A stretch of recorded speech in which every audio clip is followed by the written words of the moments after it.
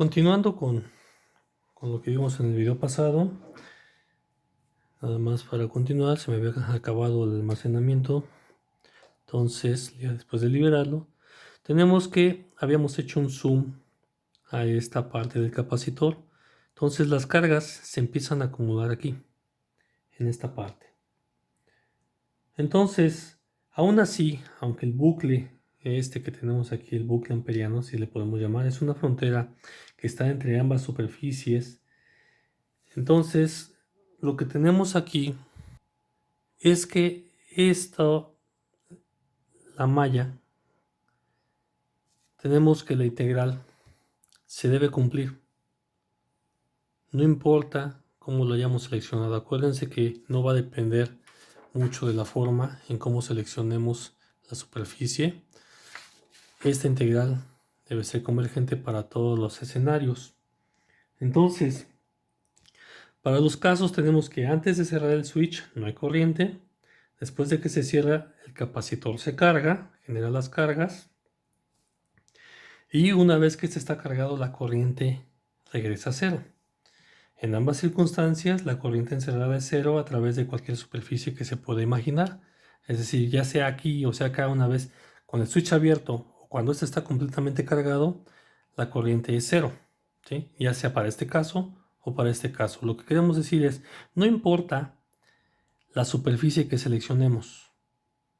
Para esos dos casos, la corriente encerrada va a ser cero. Es decir, cuando este está abierto y cuando este está completamente cargado. Entonces, aquí la pregunta es, si no existe corriente de conducción entre estas placas, ¿qué podría existir como una fuente de campo magnético? Entonces, vamos a recordar la ecuación de Maxwell por completo. Entonces, nos dice que la integral de campos de contorno cerrado de B punto de L va a ser igual a μ0 por mi corriente encerrada más epsilon 0 derivada con respecto al tiempo, integral de superficie de punto n de A. Recordando rápido, nuestro campo magnético giratorio va a ser igual, o va a estar generado más bien, por una corriente estable más la razón de cambio del flujo eléctrico que yo tenga aquí. Entonces, ya que la carga que tenemos en estas placas se está acumulando, el campo eléctrico entre ellas también va a cambiar. ¿Por qué? Porque estas cargas no son constantes. Hay una variación en la densidad de cargas una vez que se está acumulando en las cargas. Empieza desde un valor 0 hasta un valor máximo, dependiendo el valor de la batería y dependiendo el valor de la capacitancia que tengamos aquí. Entonces, este capacitor se va a cargar a este valor a una razón de cambio que es dependiente, en este caso, de la resistencia del conductor y del valor de mi capacitancia. Entonces, como estas cargas están variando, vamos a ponerlo así, con respecto al tiempo, empieza de un valor 0 para t menores que 0 a un valor de carga específica. Vamos a poner aquí una Q máxima, ¿sí? A través de este intervalo temporal. Entonces, eso significa que en todo este intervalo el flujo eléctrico también debe cambiar.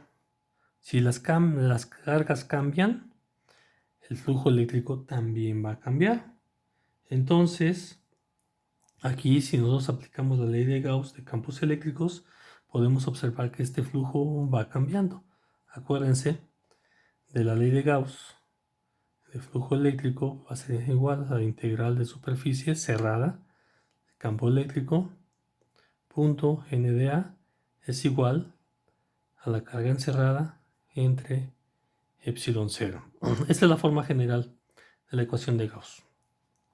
Esta es una parte específica de la ecuación de Gauss. Aquí en esta sí estamos integrando sobre toda la superficie del volumen, es decir, esta cara esta cara, las caras de atrás, la cara de abajo.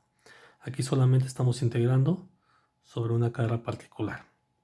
Entonces, si esta carga encerrada, es lo que me está diciendo esto, que la carga encerrada va a generar un flujo eléctrico. Si la carga encerrada varía, entonces el flujo eléctrico también va a variar. Veamos esto de una forma un poquito más cercana. Vamos a dibujar las placas de nuestro capacitor. Yo tengo que aquí voy a generar un almacenamiento de cargas en la placa.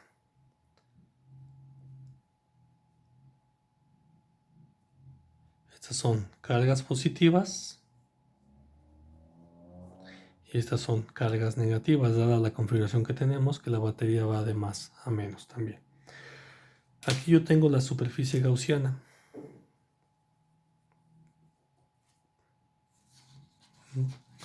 Que es esta superficie que habíamos dibujado aquí. ¿Sí? Entonces, esa generación de cargas me va a generar un campo eléctrico. Y ese flujo de campo eléctrico de cargas de más a menos va a atravesar esta superficie amperiana. Pero como esta carga varía desde un valor 0, cuando yo no tengo conectada la batería, hasta un valor máximo que va a depender, repito, del valor de la fuente, del valor de la capacitancia y del valor de la resistencia del conductor. Entonces, ese valor de cargas va a cambiar. En cada una de las placas se va a generar una densidad de carga. Si yo veo la placa, vamos a suponer que es una placa circular, por decirlo de una manera. Por supuesto, puede ser una placa cuadrada, rectangular, etc. Yo aquí voy a tener una densidad de carga superficial. Esa densidad de carga superficial vamos a llamarla sigma. ¿Sí? Densidad de carga superficial, que no es otra cosa más que el valor de la carga entre el área que yo tengo. Entonces, de la ley de Gauss, despreciando los efectos de frontera, es decir, lo que yo tenga aquí en el contorno, lo que le llamamos en ocasiones los campos de contorno, yo voy a tener que el campo eléctrico que tengo en esta zona va a ser igual a sigma entre epsilon 0 en la dirección normal, donde sigma, ya dijimos, es nuestra densidad de corriente superficial entre epsilon 0 simplemente por ley de Gauss de campos electrostáticos. Entonces, ¿qué va a pasar en esta parte? Como dijimos, hay un flujo eléctrico sobre esta superficie amperiana. Vamos a recordar lo siguiente. Nuestro campo eléctrico es igual a la integral de superficie de punto n de A. Vamos a sustituir esto en nuestra ecuación. Yo tengo que esto es la integral de superficie de sigma entre epsilon 0 por dA. Yo tengo que este vector normal siempre es normal siempre es paralelo, a la superficie a la superficie y al campo eléctrico que yo tengo aquí. Por lo tanto, su producto punto siempre va a ser 1. Entonces, sustituyendo esto, la densidad, que es este valor, esto va a ser igual a Q entre A epsilon 0 por la integral de superficie de dA. Como el área no depende de esta A, epsilon 0 también es una constante, lo sacamos de la integral.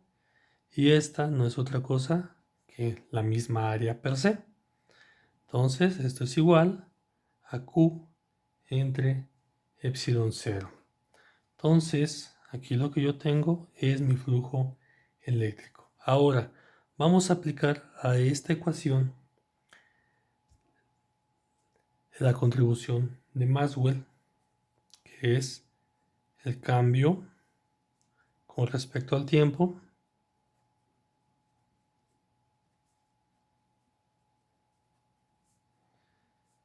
del flujo eléctrico. Entonces yo voy a tener que la derivada con respecto al tiempo de la integral de superficie del campo eléctrico punto n de A no es otra cosa más que la derivada con respecto al tiempo de Q entre epsilon 0. Y esto es igual a 1 entre epsilon 0 derivada con respecto al tiempo de Q. Pero ¿quién es esta? Esta es la razón de cambio de la carga con respecto al tiempo. Y hay que recordar que la carga aquí es variable porque empieza desde un valor 0 hasta un valor máximo. Por lo tanto, esta carga cambia con respecto al tiempo y la derivada debe existir. Si fuera para un campo estático donde la carga siempre es la misma, mi derivada sería 0, por lo tanto su razón de cambio sería 0. Pero en este caso no. Entonces, ¿qué es lo que tenemos aquí en esta integral? Esta integral tenemos derivada con respecto al tiempo de Q, es decir, coulombs sobre segundo. Y coulomb sobre segundo no es otra cosa más que amperes. ¿Sí? Por lo tanto, entonces tenemos que la derivada de Q con respecto al tiempo va a ser igual a epsilon 0 derivada con respecto al tiempo de la integral de superficie de punto n de A, que es el segundo término del lado derecho de mi expresión de la ley de Ampère-Maxwell. Entonces, regresando a mi expresión de la ley de Maxwell, de Ampère-Maxwell, yo voy a tener lo siguiente. La integral